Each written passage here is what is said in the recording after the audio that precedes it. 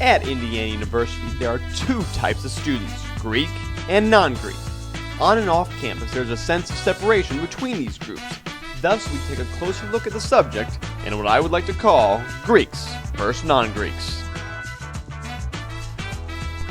I chose to join a sorority because my mom was in a sorority, and I've grown up my whole life hearing stories about when she was in a sorority, and she's still friends with her friends from her sorority, and I just know I really wanted that type of friendship. I have older sisters who were in sororities, and they know that I'm not really a frat guy. They exactly what they said to me was, rush, just you experience it, maybe you'll meet a couple people, but you don't belong in one, which, I don't know, I just kind of saw that as maybe a waste of time then, because once you find your own group, your own brotherhood, you kind of set. My mom went here as well, and she was in a different sorority.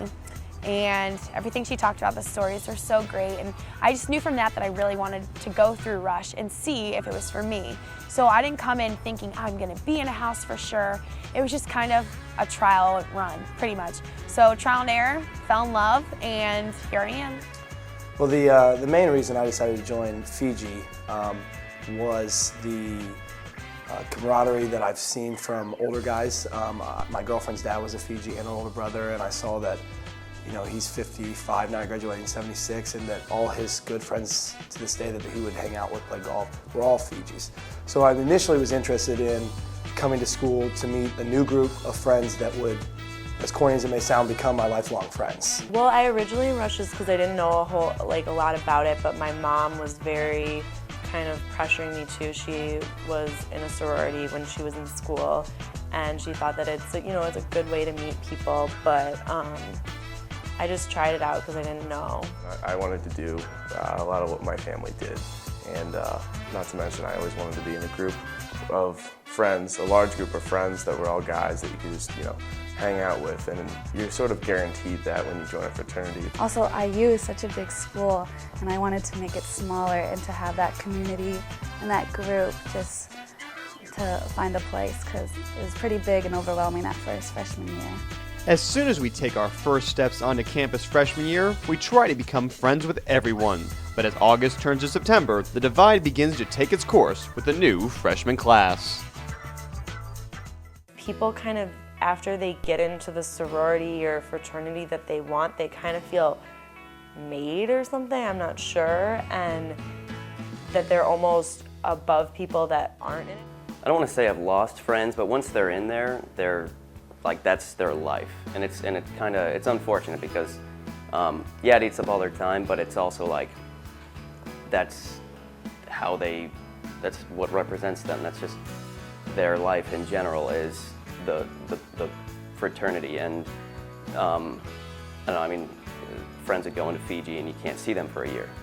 They're not allowed to leave the house to hang out with their friends. Sorority rush definitely can cause a drift. There's a lot of girls that go into Rush wanting a house very badly. I kind of almost feel bad for those girls. You're asking them to, in 4 or 5 days, over a period of time, but basically sell themselves to, a house that they really like, when there's double the number of girls going through the process that there's room for in the houses. So basically, by the start of it, you're saying almost 50% of the girls aren't going to be able to get a house, no matter how good they are. It's very fake. For me it was. For some people I think it's not. Some people, they enjoy that kind of stuff, and that's who they are, I guess. I'm just not. Girls in sororities don't date outside of the Greek system, and they can deny that, but they know it's true. When you date the guy, you date the house that he's in, and if he's in an important house, you're made. If you were to come over with me and eat dinner, it's not going to be like a one-on-one date. It's not going to happen. You are going to be eating dinner with 90 other girls in my house. And luckily for me, I'm in a house that's very small. I think that kind of separates the big thing, is that we have, as Greeks, we have a sense of pride to something, and not that any non-Greek doesn't have pride. I think it's just easier for us to relate to one thing. There's a separation if you want a separation. If you don't want to be separated, you just have to try that much harder.